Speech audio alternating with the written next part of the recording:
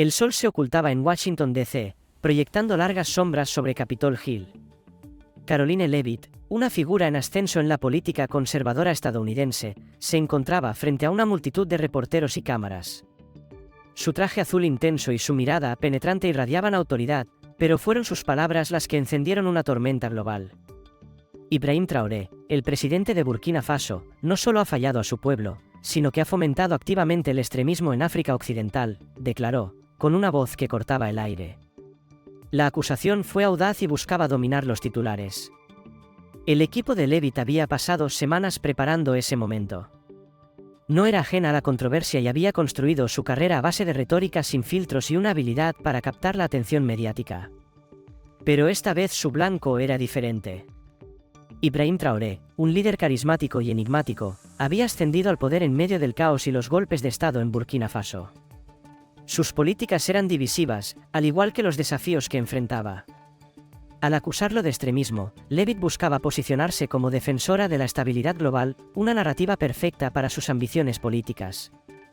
Al otro lado del Atlántico, en la bulliciosa capital de Ouagadougou, la noticia de las declaraciones de Leavitt llegó a Traoré durante una sesión nocturna de estrategia. Sus asesores debatían acaloradamente, algunos pedían una réplica inmediata, otros pedían cautela. Traoré permanecía en silencio, con los dedos entrelazados bajo el mentón. Conocido por su actitud calculadora, entendía lo que estaba en juego. No se trataba solo de él, sino de cómo se percibía a África en el escenario mundial. Sabía que no debía responder impulsivamente. Mientras tanto, las acusaciones se esparcían por redes sociales como pólvora. Los hashtags en contra de Traoré se volvieron tendencia a nivel global, mientras que los seguidores de Leavitt alababan su audacia. Sin embargo, los críticos cuestionaban su momento y sus motivos. ¿Por qué ahora? ¿Qué pruebas tenía? La tensión entre Estados Unidos y Burkina Faso latía bajo la superficie, reflejando fracturas geopolíticas más profundas. Para Traoré, esto era algo más que personal. Era existencial. En Washington, el senador Marcus Hall, confidente de Leavitt, expresó su preocupación.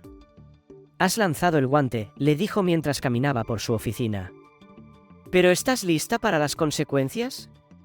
Leavitt desestimó sus advertencias. «Esto es más grande que tú o que yo», respondió. «Se trata de exigir responsabilidad». Aunque en su interior, comenzaba a sentirse inquieta. ¿Había cruzado una línea? En Burkina Faso, Traoré convocó a su círculo cercano, incluida Amina Dio, su asesora de Relaciones Exteriores.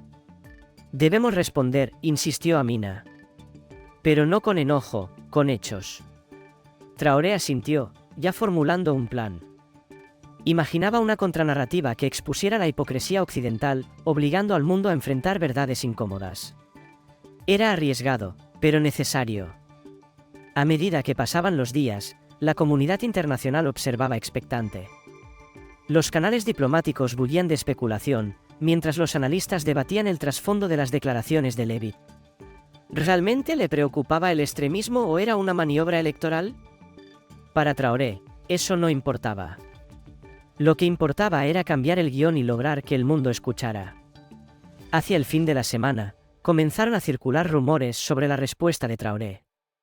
Se decía que revelaría documentos clasificados que implicaban a naciones occidentales en la desestabilización de África. Leavitt los descartó como propaganda, pero en privado sintió un escalofrío. El juego había cambiado y se dio cuenta demasiado tarde de que podría haber subestimado a su oponente. El presidente Ibrahim Traoré dio su respuesta no desde un podio lujoso, sino sentado detrás de un sencillo escritorio de madera, junto a la bandera nacional. Su actitud serena contrastaba con la gravedad de su mensaje. Sin nombrar directamente a Caroline Leavitt, abordó lo que llamó acusaciones temerarias contra su liderazgo. Cuando quienes se creen moralmente superiores no reconocen su propia complicidad en fomentar la inestabilidad, debemos preguntarnos, ¿quién se beneficia realmente de la división? Traoré presentó entonces una serie de documentos que detallaban décadas de intervenciones occidentales en África, desde operaciones militares encubiertas hasta políticas económicas que socavaban las industrias locales.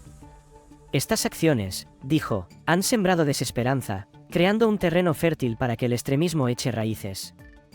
Sus palabras resonaron mucho más allá de Burkina Faso, provocando indignación en naciones africanas y simpatizantes en todo el mundo. En Washington, Leavitt veía la transmisión con creciente frustración. ¿Cómo se atreve a culpar a Occidente?, murmuraba, mientras su estratega Evelyn Carter le mostraba en tiempo real cómo la narrativa comenzaba a volverse en su contra. Está ganando terreno, admitió Evelyn. La gente está empezando a cuestionar tu postura.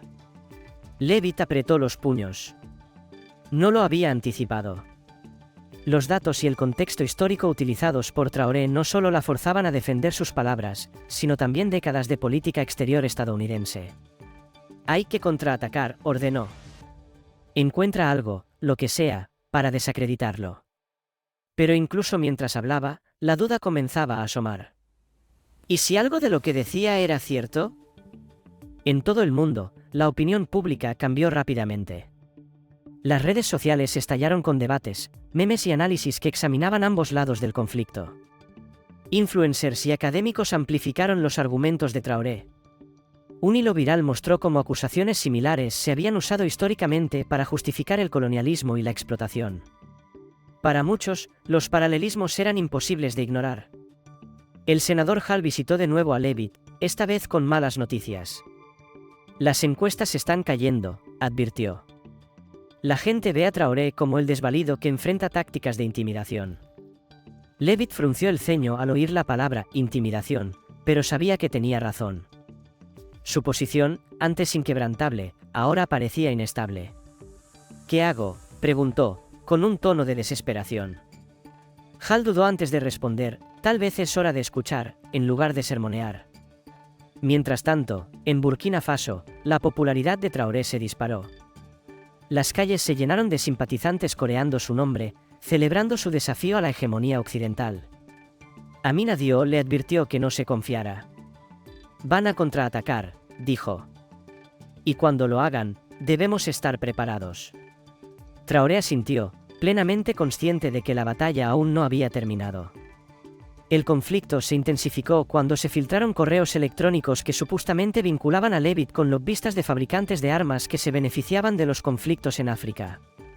Aunque las acusaciones no fueron verificadas, añadieron más combustible a la controversia. Traoré aprovechó el momento y pidió transparencia y responsabilidad. No juzguemos solo por palabras, sino por acciones, declaró con voz firme. La presión sobre Leavitt aumentaba. Aliados comenzaron a distanciarse, temiendo verse arrastrados por el escándalo. Su frente político comenzó a resquebrajarse bajo el escrutinio. Mientras se preparaba para otra conferencia de prensa, no podía quitarse de encima la sensación de que estaba perdiendo el control, no solo de la narrativa, sino también de sus propias convicciones. Después de las revelaciones de Traoré, el discurso global cambió.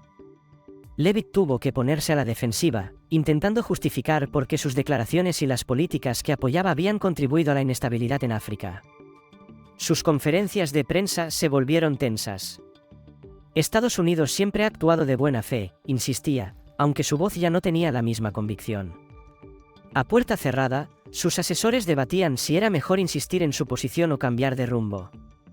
El senador Hall, siempre pragmático, le advirtió: te has acorralado. Si sigues negando responsabilidad, la gente lo verá como arrogancia. Leavitt lo miró con dureza, pero sabía que tenía razón. Sus instintos le decían que debía contraatacar, pero su conciencia empezaba a dudar. ¿Podía realmente defender décadas de intervención occidental sin reconocer sus consecuencias? Mientras tanto, Traoré aprovechaba el impulso. Dio discursos en foros internacionales que resonaron tanto con líderes africanos como con audiencias globales. Su mensaje era claro: la soberanía importa y la interferencia externa suele causar más daño que beneficio. A su lado, Amina Diop garantizaba que cada declaración estuviera respaldada por datos. Juntos, construyeron una narrativa sólida que exponía la hipocresía de las naciones que se proclaman superiores mientras perpetúan ciclos de violencia. En Washington, el equipo de Leavitt intentaba rescatar su reputación. Evelyn Carter propuso una idea audaz: invita a Traoré a un debate televisado. Mostraría que estás dispuesta a dialogar. Pero solo si estás lista para admitir cierta responsabilidad. Leavitt dudó, dividida entre proteger su imagen y enfrentar la verdad. Al final, el orgullo ganó. Lo abordaremos a nuestra manera, declaró, rechazando la idea. La opinión pública seguía alejándose de Leavitt. Manifestantes se congregaban frente a embajadas de Estados Unidos en varias partes del mundo con carteles que decían: ¿quiénes son los verdaderos extremistas? Las redes sociales amplificaban esas voces, obligando incluso a sus aliados más firmes a reconsiderar su postura. Para Leavitt, la presión se volvió insoportable. Sola en su oficina una noche, miró fotos de niños sonrientes en Burkina Faso y se preguntó cuánto de su sufrimiento se debía a decisiones tomadas en salas como esa. Traoré, sintiendo que la victoria estaba cerca, intensificó su campaña. Publicó entrevistas con sobrevivientes de conflictos alimentados por intervenciones extranjeras. Sus testimonios eran desgarradores y contundentes. Cada historia sumaba peso a su argumento y dejaba claro que las acusaciones de Leavitt no solo eran equivocadas, sino malintencionadas. La historia nos juzgará a todos, advirtió Traoré. Esperemos haber elegido con sabiduría. A medida que pasaban las semanas, comenzaron a formarse grietas en la hasta entonces firme determinación de Leavitt. En confianza con el senador Hall, admitió tener miedo de perderlo todo: su carrera, su credibilidad, su legado. Tal vez debía haber escuchado más, murmuró casi en un susurro. Hall asintió en silencio, ofreciéndole su apoyo. Fue un raro momento de vulnerabilidad en una mujer conocida por su ambición inflexible. Pero a pesar de sus crecientes dudas, Leavitt se negó a ceder públicamente. En cambio, redobló su postura, acusando a Traoré de explotar la tragedia con fines políticos. El movimiento le salió mal. El rechazo fue inmediato, incluso entre sus seguidores, y la distancia con el público se amplió. El mundo entendió que esta batalla no era solo entre dos líderes. Era una confrontación con la historia misma. El clímax del conflicto llegó inesperadamente durante una cumbre de alto nivel en Ginebra. Ambos fueron invitados a hablar, sin saber que compartirían escenario. Como si el destino lo hubiera decidido, sus intervenciones se solaparon, forzando un intercambio improvisado. Las cámaras grababan cuando Leavitt se acercó a Traoré después de su discurso, con expresión indescifrable. «Tus afirmaciones no tienen fundamento», comenzó ella, con la voz temblorosa. Traoré la miró con serenidad. «¿Sin fundamento?», replicó, levantando una ceja. «¿O simplemente incómodas?». El silencio en la sala fue total. Los reporteros se inclinaron hacia adelante, tomando nota de cada palabra. Leavitt titubeó, sorprendida por su aplomo. Por primera vez, sintió todo el peso del escrutinio que había desatado. El intercambio se convirtió rápidamente en un debate tenso, con ambos intercambiando argumentos punzantes. Pero, debajo de la confrontación, algo cambió. Leavitt vislumbró la humanidad en los argumentos de Traoré. Y él reconoció la fragilidad detrás del arrojo de ella. Aunque ninguno lo admitió, el momento marcó un punto de inflexión. No eran enemigos. Eran productos de sistemas más grandes que ellos mismos. De vuelta en Washington, Leavitt vio una y otra vez la grabación del encuentro, analizando cada palabra. Su equipo le pidió que emitiera una disculpa formal para limitar los daños. «Hazlo por el bien común», insistió Evelyn. Al principio Leavitt se resistió, aferrada a su orgullo. Pero finalmente cedió. «Está bien», dijo. «Escriban algo». Por su parte, Traoré también reflexionaba. En sus momentos privados, se preguntaba si había sido demasiado duro.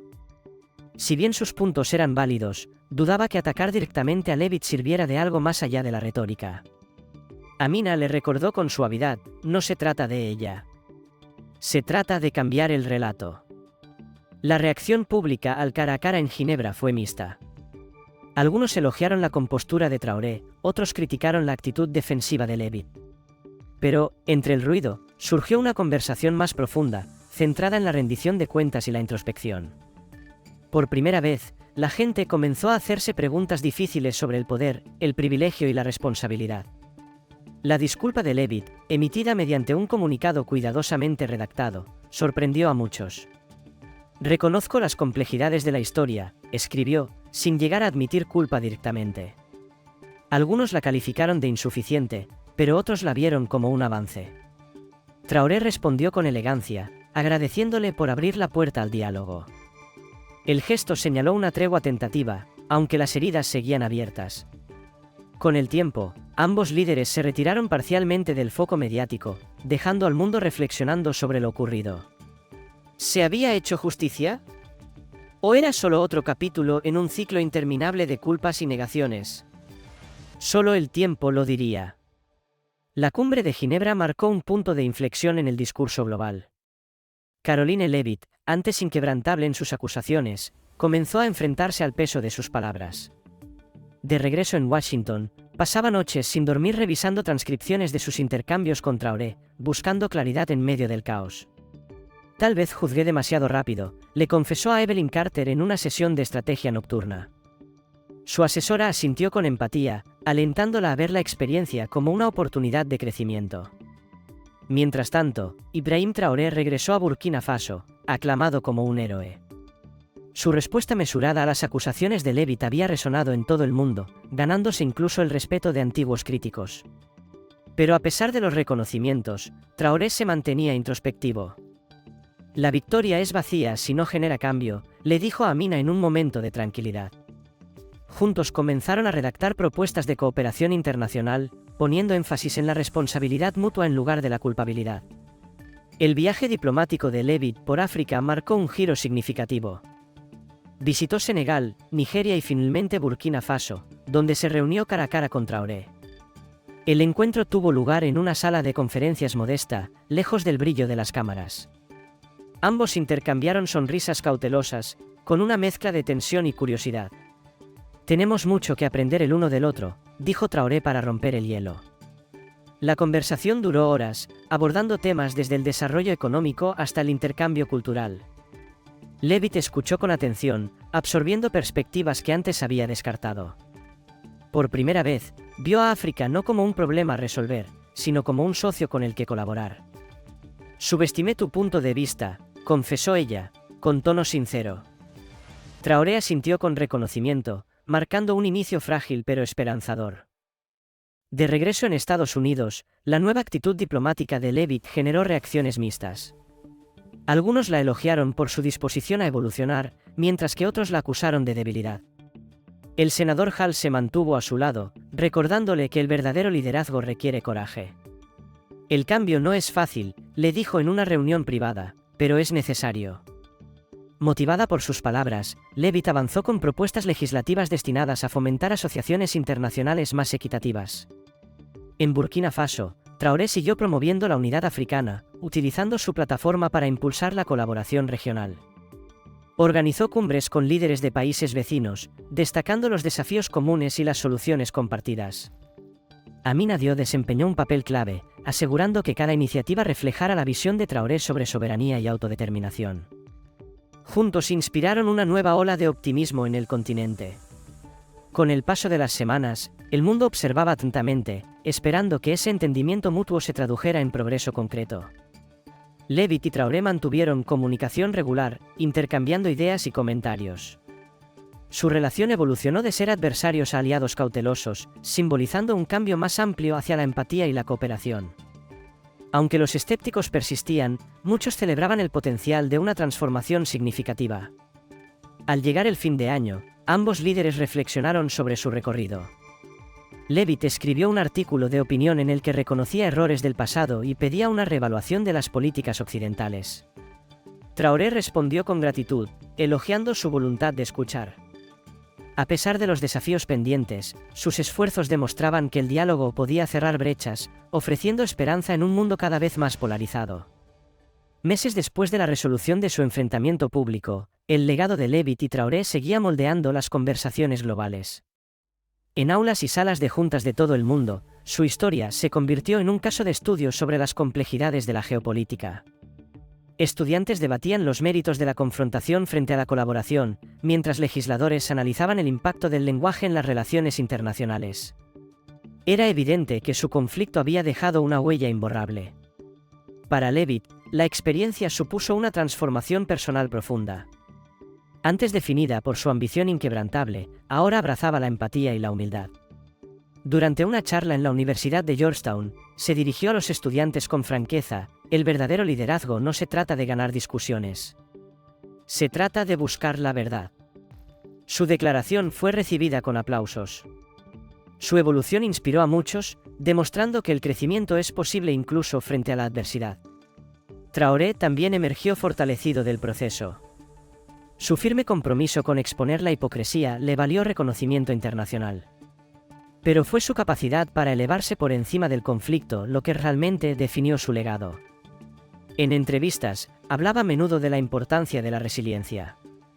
Debemos exigirnos rendición de cuentas antes de señalar a otros, dijo en un panel. Sus palabras resonaron con fuerza, consolidándolo como una brújula moral en tiempos turbulentos. Los efectos de su reconciliación se extendieron más allá de la política, influenciando el arte, la literatura y los medios. Cineastas adaptaron su historia en documentales, capturando las complejidades de su conflicto y su resolución. Escritores publicaron ensayos sobre el poder, el privilegio y la redención. Artistas pintaron murales de Levitt y Traoré estrechándose las manos, como símbolos de esperanza en medio de la división. Su narrativa se convirtió en un testimonio del poder duradero del diálogo. Sin embargo, no todos vieron sus gestos con buenos ojos. Los escépticos afirmaban que los símbolos no podían reparar décadas de daño. Manifestantes seguían exigiendo acciones concretas en lugar de promesas vacías. Levitt y Traoré reconocieron esas preocupaciones, pero reafirmaron su compromiso con un cambio incremental. El cambio toma tiempo, recordó Levitt durante una rueda de prensa. Pero vamos en la dirección correcta. En Burkina Faso, las iniciativas de Traoré empezaron a dar frutos, impulsando el crecimiento económico y la estabilidad regional. La inversión extranjera aumentó, impulsada por asociaciones basadas en beneficios mutuos. La ciudadanía expresaba un optimismo cauteloso, con la esperanza de que su nación sirviera como modelo para otras. Esto es solo el comienzo, declaró Traoré en un discurso nacional. Su confianza inspiró una renovada fe en el futuro. En Estados Unidos, las reformas impulsadas por Levitt enfrentaron resistencia, pero poco a poco ganaron apoyo. Legisladores propusieron leyes para abordar desigualdades sistémicas, influenciados por su nuevo enfoque. Movimientos ciudadanos presionaban para que las instituciones se adaptaran a los valores emergentes. Aunque el progreso fue lento, el impulso crecía, alimentado por un deseo colectivo de justicia. Con el paso de los años, Levitt y Traoré coincidían ocasionalmente en foros internacionales, sus interacciones marcadas por respeto mutuo.